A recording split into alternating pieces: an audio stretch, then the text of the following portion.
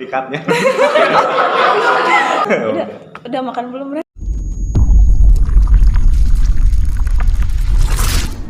Gensi Podcast, generasi santuy memberi edukasi. Hai guys, welcome back to Gensi Podcast, generasi santuy memberi edukasi. Di episode 2 kali ini, kita kedatangan tamu undangan yang sangat dinantikan oleh seluruh mahasiswa Universitas Galuh karena beliau ini sekarang telah menduduki sebagai Ketua Badan Eksekutif Mahasiswa Universitas Galuh. Kita sambut aja Presma Andri. Selamat sore, Pres. Siap, selamat sore. Selamat sore kawan-kawan semuanya. Gimana nih kabarnya, Pres? Sehat? Alhamdulillah sehat untuk saat ini. Alhamdulillah ya, Pres. Gimana nih setelah menjabat sebagai Presma Ketua BEM Unigal, apa sih kesibukannya gitu sekarang, Pres? Ya, untuk berbicara mengenai kesibukan sendiri sih, karena memang posisi saya sekarang dimandatkan oleh mahasiswa Universitas Galuh untuk memimpin di Badan Eksekutif Mahasiswa. Memang ada beberapa kerjaan yang memang itu sudah menjadi bagian kewajiban saya dan tanggung jawab saya sendiri. Saya sekarang sedang sibuk membuat sebuah grand design perencanaan besar bagaimana nantinya Badan Eksekutif Mahasiswa Universitas Galuh satu tahun ke depan itu bisa memberikan manfaat dan dampak kepada mahasiswa umum gitu. Oke. Sebelum kita lanjut ngobrol lebih jauh tentang BEM Unifnya, bisa nggak sih, Pres, ceritain tentang backgroundnya dulu? Pernah menjabat selain di BMU gitu sebelumnya, Pres? Untuk background saya sih, sebelum saya berangkat ke tingkatan universitas, kebetulan saya tingkat 2 menjadi ketua komisi legislasi di Dewan Perwakilan Mahasiswa Fakultas Hukum Universitas Galuh. Terus kemarin saya menjabat sebagai ketua BEM Fakultas Hukum Universitas Galuh dan kemudian saya sekarang alhamdulillah menjabat sebagai ketua BEM Universitas Galuh. Oke, berarti dulunya Pres pernah menjadi ketua BEM di hukum ya? Nah, alhamdulillah. Meskipun di BEM Unif mungkin belum terlalu lama ya, Pres, dimandatkannya, ada perbedaan nggak sih, Pres, awalan untuk jadi ketua BEM di fakultas dan di universitas? Memang dari segi perbedaan pastinya akan ada ya, karena memang dilihat dari konsen kerja sendiri. Kalau misalkan tingkatan fakultas, untuk saya pribadi itu fokus memikirkan satu prodi. Berbeda misalkan dengan kawan-kawan BEM di FKIP sendiri kan membawahi 7 prodi ya. Dan untuk perbedaan memang saya sangat berdampak pada gerak nantinya.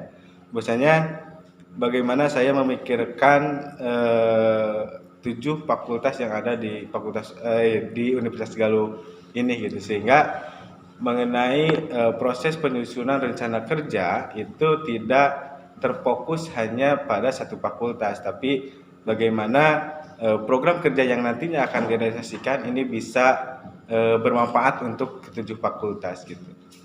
Oke, baik. Ya. Pres nih di BEM Unif sendiri ada nggak sih cita-cita dari Pres untuk Universitas Galuh? Mengenai cita-cita memang itu sudah tergambarkan dari visi saya. Bahwasanya saya mengambil visi kolaborasi karya dari Unigal untuk Indonesia, yang mana harapan ke depan nantinya kelembagaan BEM Universitas Galuh ini tidak hanya dirasa kehadirannya itu hanya sebatas di ruang lingkup Universitas Galuh saja, tapi bagaimana nantinya BEM Universitas Galuh ini mewadahi seluruh mahasiswa untuk memberikan kolaborasi ataupun karya yang nyata untuk Indonesia, kemajuan Indonesia itu sendiri gitu. Bisa kasih gambaran dulu nggak nih, Pres, untuk mahasiswa Unigal gitu kan, biar mereka lebih penasaran terhadap BEM Universitas Galuh. Ya, setidaknya nantinya mungkin kedepannya dalam berjalannya BEM Universitas Galuh, setidaknya kita memberikan suatu gagasan pada pemerintahan, terkhusus mungkin pemerintahan daerah Kabupaten Ciamis dalam hal kebijakan, setidaknya mahasiswa universitas itu terlibat secara langsung bagaimana menyusun suatu peraturan yang memang ini yang nantinya akan diberikan kepada masyarakat, sehingga ada proses kontrol dari mahasiswa itu sendiri bagaimana pemerintahan daerah sekarang itu harus mengedepankan nilai-nilai ataupun memberikan kebermanfaatan kepada masyarakat itu sendiri gitu. Tapi kan Nipras kan lagi masa online sih, Ya. hybrid gitu ya. Istilahnya tuh mahasiswanya tuh ada di zona nyamannya, yaitu diem di rumah online gitu. Nah, bagaimana cara Pres dan BEM Universitas untuk pay attention gitu kan ke mahasiswa-mahasiswa yang cenderung kayak buat apa gitu kan, apalagi sekarang mungkin Pres juga merasakan di hukum, di ranah universitas banyak sekali yang cenderung tidak itu attention ke masalah-masalah seperti tadi. Ya memang itu menjadi masalah yang sangat besar kalau misalkan kita ngobrolin terkait dampak ke gerakan mahasiswa yang ada. Tidak hanya sebatas organisasi di internal kampus saja, namun memang gerakan-gerakan mahasiswa atau gerakan sosial lainnya juga ini terasa gitu dampak dari pandemi COVID-19. Namun terlepas dari semua itu, selalu ada jalan gitu bagaimana nantinya kita terus berupaya memberikan surplus yang positif pada mahasiswa, baik itu dalam hal kegiatan dan lain-lain, bagaimana nantinya mahasiswa itu ada ketertarikan lagi gitu. Jangan sampai mahasiswa sekarang itu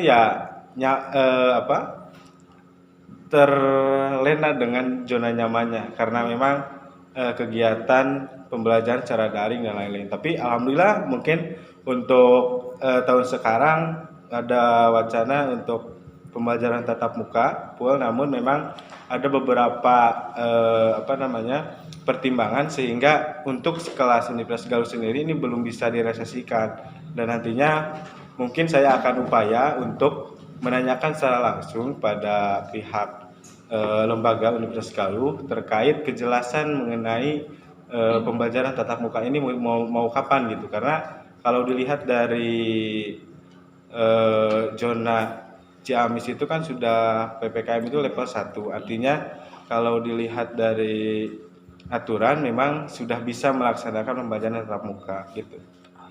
Alhamdulillah ya, dari tadi BEM Universitas ini sungguh sangat banyak sekali program-program yang aware terhadap lingkungan Universitas Galuh dan lebih ditingkatkan lagi. Nah nih Pres, di podcast ini kan ini udah episode 2. Kemarin juga sempat membahas tentang organisator dan sempat disinggung mengenai kasus kekerasan seksual. Nah, apa sih pendapat Pres tentang kasus itu kan, apalagi Pres dari Fakultas Hukum nih, bisa sedikit juga menjelaskan Pres. Ya, berbicara mengenai kekerasan seksual itu sendiri sih bukan masalah baru, memang ini sudah ada sejak dulu, namun saya rasa ini akan tetap ada selama budaya patriarki di Indonesia ini masih tetap mengakar, sehingga secara tidak langsung logika palusnya itu tetap ada itu di kalangan masyarakat. Nah, ngobrolin soal kekerasan seksual, pasti yang pertama kali bekerja itu mengenai pemahaman masalah relasi kuasa. Relasi kuasa di sini di mana menempatkan lelaki itu selalu di atas perempuan gitu. Dalam artian peran laki-laki itu lebih mendominasi gitu dibanding perempuan, dan ini menjadi suatu masalah yang sangat besar ketika memang pemahaman itu ataupun logika palusnya itu mengakar di masyarakat gitu. Tidak ada upaya untuk mencoba mendalami mengenai apa sih seksual itu sendiri gitu. Gitu. Nah, kan Pres sekarang banyak sekali kekerasan seksual di ranah pendidikan di kampus gitu. Menurut Pres gimana? Apalagi kita sebagai mahasiswa yang berpendidikan gitu, pasti kan tahu banyak knowledge gitu. Tapi kenapa sih kekerasan seksual itu tetap ada gitu sampai di ranah hal pendidikan? Ya, kembali lagi ke pembicaraan tadi, memang bahwasanya yang perlu kita pahami bersama mengenai budaya patriarki itu sendiri, karena tidak menutup kemungkinan dalam dunia aktivis pun, baik itu aktivis gerakan mahasiswaan ataupun gerakan sosial, ini tidak memungkinkan hal-hal seperti itu tetap terjadi. Mengapa demikian? Yaitu menjadi permasalahan mengenai pemahaman budaya patriarki itu sendiri itu di Indonesia. Kita selalu menempatkan yang selalu berjalan itu relasi kuasanya. Karena kawan-kawan mungkin tidak menyadari pula gitu, ketika memang kita berorganisasi,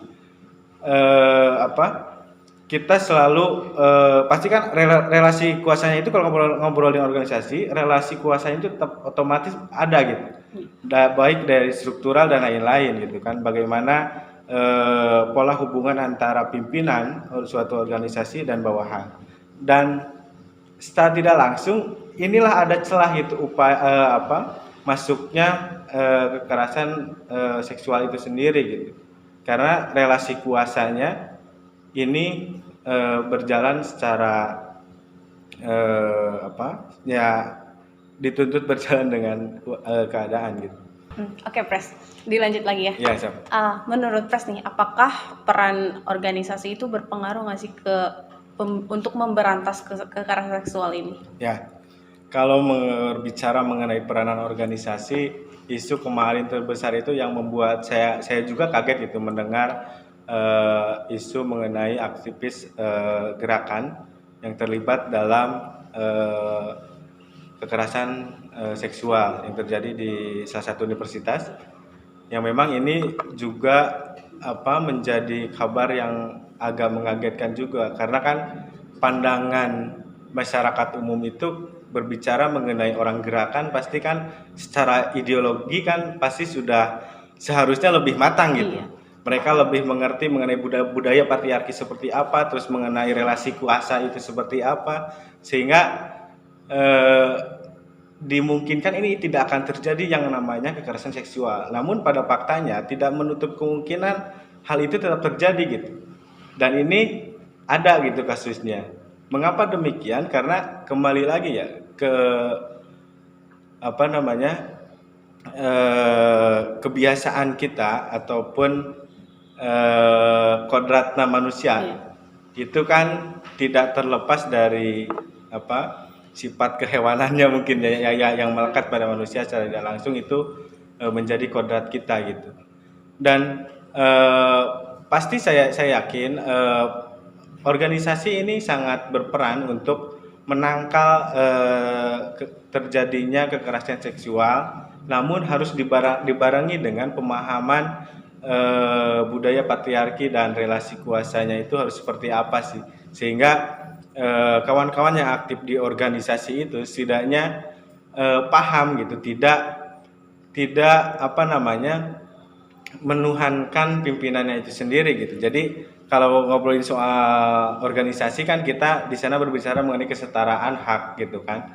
Bagaimana perempuan dan laki-laki itu mempunyai hak yang sama, baik itu dalam hal memberikan gagasan dan lain-lain, contoh kecilnya seperti itu. Namun ketika memang si organisasi ini sendiri menempatkan perempuan selalu di bawah laki-laki, secara otomatis kekerasan seksual ini tetap terjadi gitu, walaupun itu di organisasi. Gitu. Nah, di BEM Universitas sendiri kan tadi juga sudah dijelaskan ya untuk menyetarakan kodrat mahasiswanya dan untuk memperjuangkan hak-hak manusianya. Nah, apa sih upaya yang harus dilakukan nih untuk mencegah kekerasan seksual? Kan itu tuh akan menjadi sesuatu yang membuat kita takut, apalagi khususnya untuk mahasiswa gitu. Jadinya ini gimana, takutnya di Uniga juga ada, terus gimana gitu. Harus ada upaya juga yang tegas. Ya, memang upaya-upaya itu tetap harus diadakan. Memang kalau dilihat dari kebijakan dari Permendikbud nomor 30 tahun 2021 ya. 21 itu sendiri kan ada keterlibatan dari setiap stakeholder yang ada di lingkungan pendidikan tinggi. Artinya Dalam hal teknis mungkin nantinya kita bisa membuat suatu forum ataupun kelembagaan yang mana ini konsen membahas ataupun mengadvokasi terkait masalah-masalah kekerasan seksual yang ada di lingkungan kampus Universitas Galuh. Karena saya yakin tidak pasti ada, namun yang menjadi masalah ini kan yang pertama ketika memang ini ada, yang menjadi korban itu pasti agak susah untuk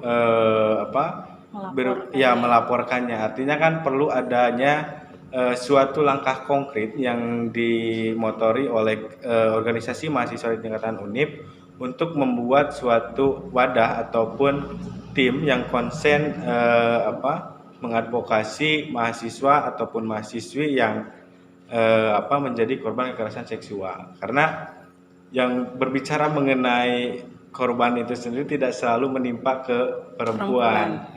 Ya gitu. Jadi pola pikirnya juga harus diberesin dulu gitu. Karena tidak selamanya yang menjadi korban kekerasan seksual itu perempuan. Saya juga takut gitu kadang-kadang gitu. Ketakutan itu ya akan tetap ada gitu selama orang-orang yang lain itu belum paham betul mengenai yaitu tadi budaya patriarkinya seperti apa, terus juga memahami mengenai relasi kuasa itu sendiri gitu. Itu mungkin. Jadi harus ada upaya konkret untuk membuat tim sensus seperti itu mungkin. Ya, untuk betul.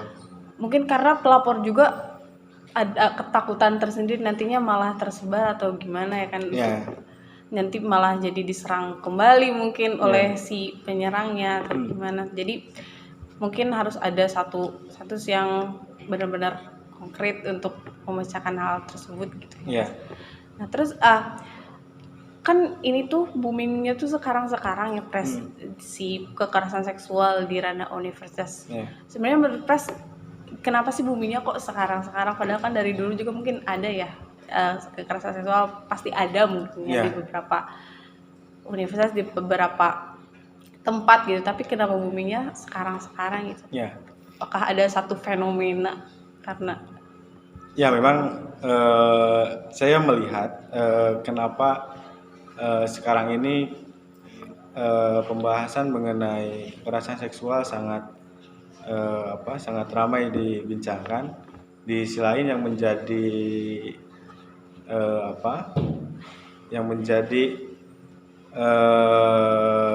yang menjadi acuan ataupun dasarnya itu karena maraknya sekali kasus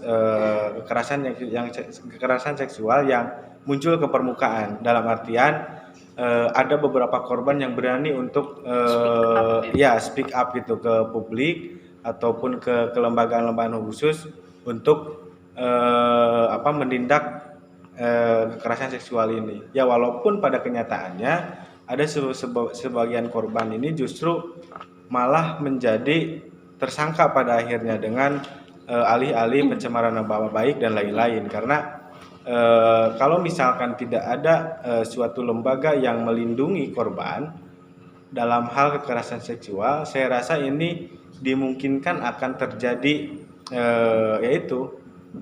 diskriminasi terhadap korban itu sendiri.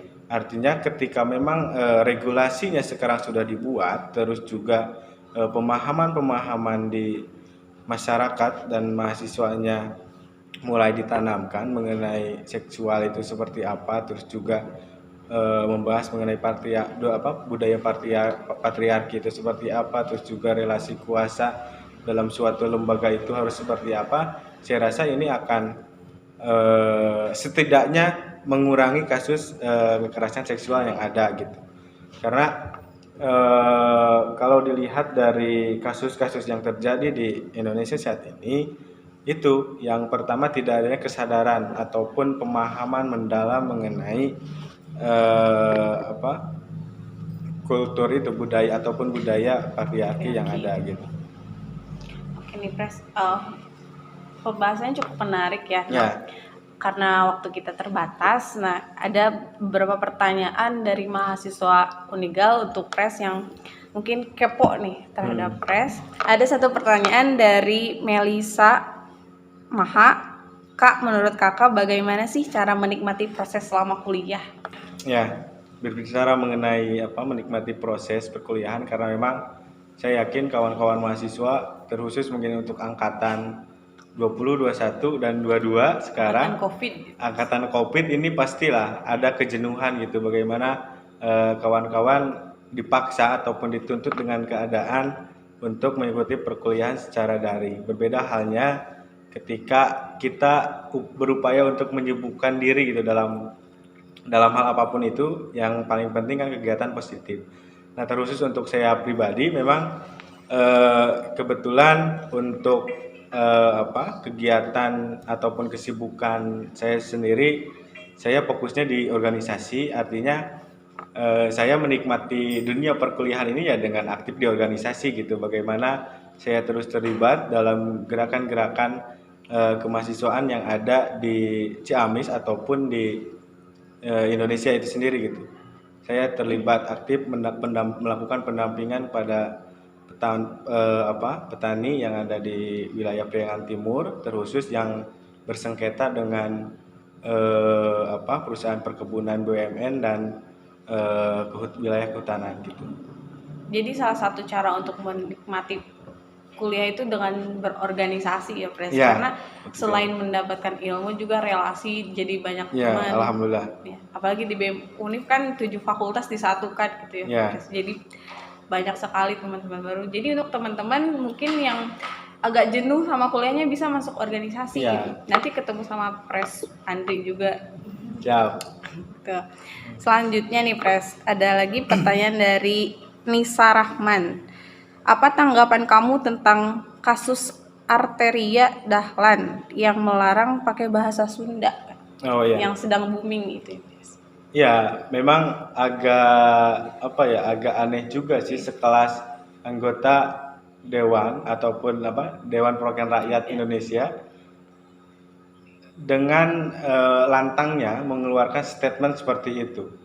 Kalau saya sendiri berbicara mengenai pelarangan ataupun ya bisa dikategorikan rasis gitu, bagaimana secara tidak langsung statement beliau itu mendiskreditkan bahasa Indonesia ataupun orang-orang bahasa Sunda gitu. Orang-orang Sunda khususnya ya, terutama saya pribadi kan orang Sunda gitu.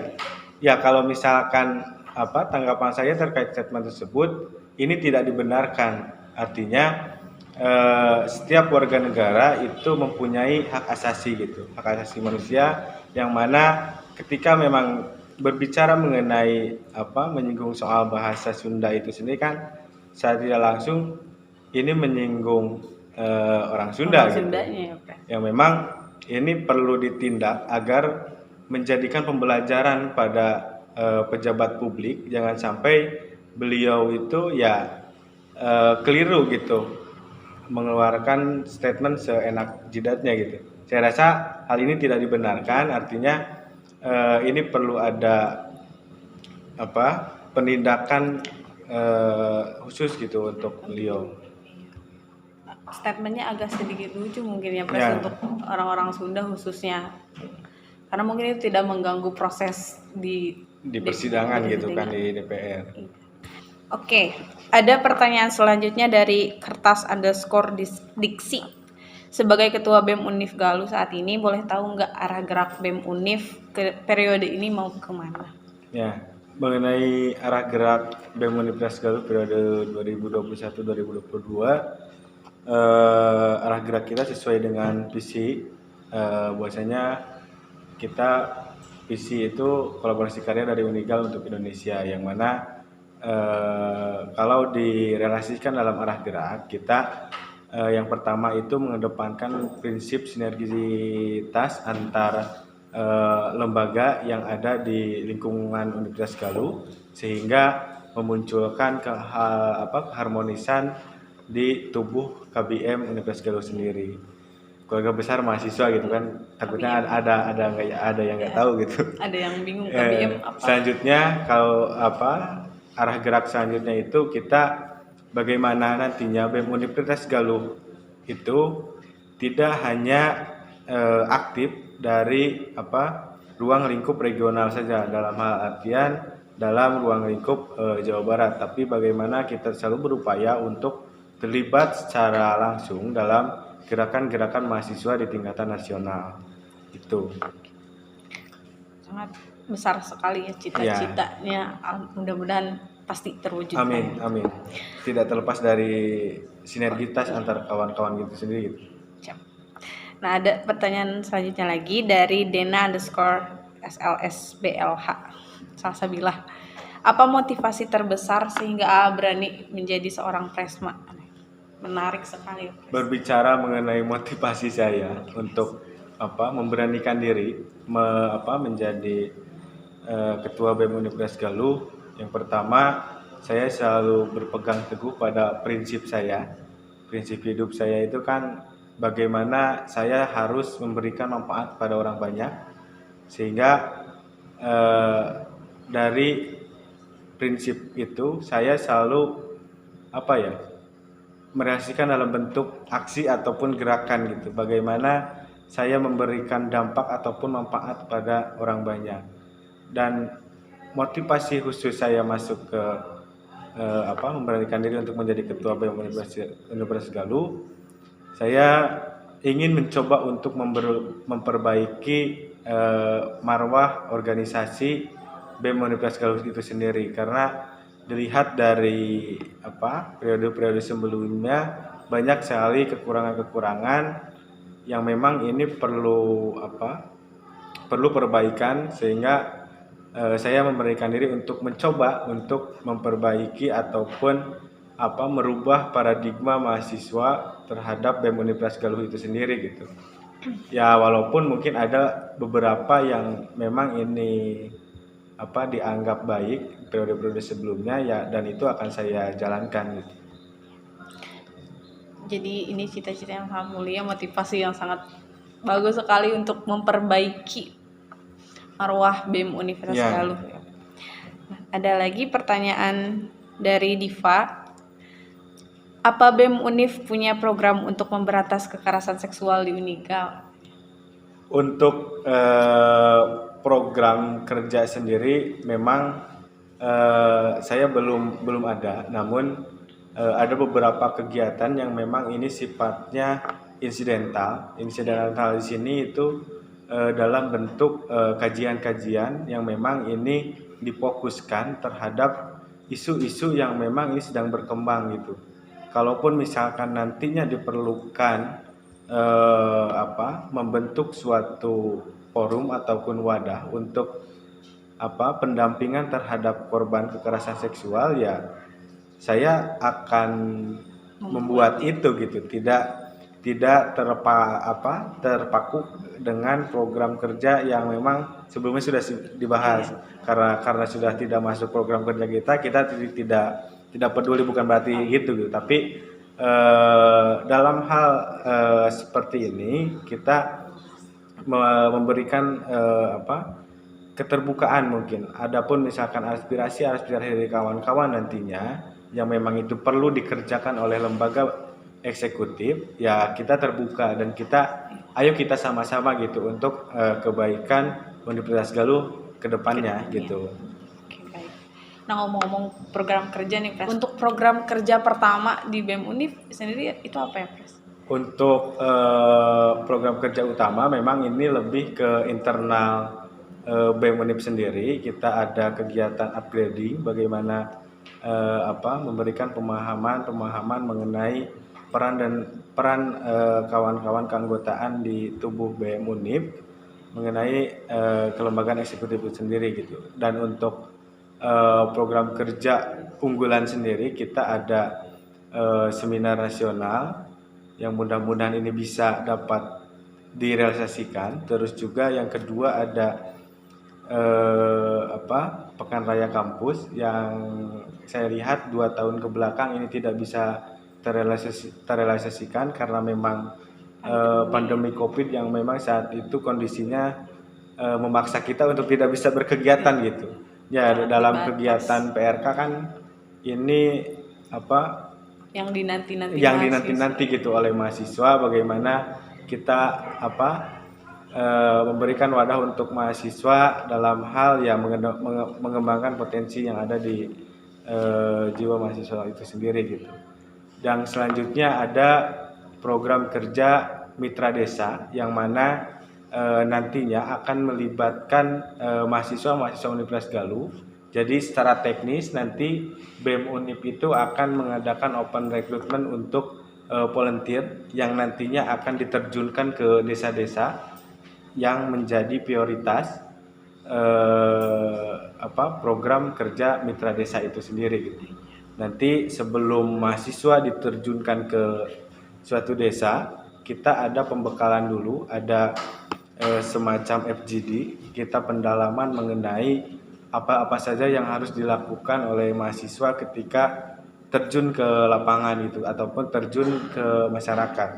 Artinya kita menyiapkan kegiatannya, kita juga mengadakan pembekalan dalam hal keilmuannya gitu. Itu mungkin ada 3 program kerja unggulan kita. Itu program kerja mungkin bisa kita nantikan ya untuk terrealisasinya. Siap. Program kerja BEM Unif. Dan pertanyaan terakhir ini sedikit seru dari Dede Yogi Saef. Setelah ini kamu mau ngapain gitu? Terus abis ini mau ada acara apa, mau kemana gitu? Untuk saat ini saya sedang merenovasi sekre. Jadi habis ini saya akan melanjutkan kegiatan saya memperbaiki sekre, menata, karena memulai lagi ya kita bagaimana sekre baru, BEM baru, juga gagasan-gagasan baru ya. Walaupun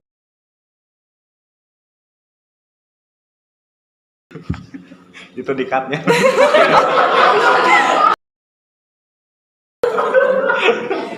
Terlalu sensitif. Dikat yang tadi. Udah habis ini tepatnya. Langsung closing aja. Kamu nggak akan nanya? Udah makan belum, Res? Nah, Pres, untuk sesi pertanyaan ini mungkin dicukupkan sekian karena pertanyaannya sudah kita batasi juga karena waktu. Jadi alhamdulillah untuk podcast episode 2 kali ini telah dilaksanakan. Terima kasih untuk Presma yang sama-sama telah menyempatkan hadir untuk mengisi podcast dari BEM FKIP ini. Mudah-mudahan kita bisa ngobrol-ngobrol bareng lagi, lebih dalam lagi mengenai BEM Universitas maupun BEM FKIP dan Universitas Galuh. Mungkin ada yang mau disampaikan oleh Presma untuk mahasiswa Universitas Galuh. Sebelumnya saya ucapkan terima kasih kembali gitu kepada kawan-kawan BEM FKIP yang sudah mengundang saya untuk mencoba membahas mengenai Permendikbud nomor 30 tahun 2021 ya, walaupun belum terlalu mendalam. Saya ucapkan terima kasih banyak. Semoga kegiatan ini berkelanjutan dan ini memberikan dampak yang signifikan pada mahasiswa, terkhusus mungkin untuk mahasiswa di FKIP dan umumnya untuk masyarakat luas gitu. Saya apresiasi kawan-kawan BEM FKIP, semoga kedepannya kita bisa berkolaborasi dalam berkarya dan lain-lainnya. Kita terbuka, silakan kawan-kawan BEM FKIP bila mana ada masukan-masukan atau gagasan-gagasan untuk BEM Unip agar lebih baik ya, saya terbuka, silakan datang ke sekretariat. Dan untuk mahasiswa umum juga saya terbuka, silakan kita setiap hari open house gitu, open sekre gitu. Untuk mahasiswa dapat berdiskusi lah dengan kita, ngobrol-ngobrol, berbicara mengenai BEM Unip ini harus seperti apa, terus juga ngobrolin masalah Unigal harus seperti apa ya. Ayo kita diskusi lah sama-sama di sekre. Ngerjain tugas juga bisa ya, Pres? Bisa, silakan, ada fasilitas, silakan kawan-kawan ada wifi pakai juga. Ya. Oke guys, sekian mungkin untuk episode 2 dari Gensi Podcast kali ini. Jangan lupa teman-teman semua untuk like, comment, and subscribe.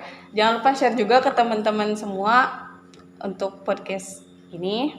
Terima kasih juga untuk Web Sastra yang telah memfasilitasi kegiatan podcast kali ini. Jangan lupa follow IG-nya BEM FKIP di BEM FKIP Unigal dan juga BEM Unif di BEM Unif 01.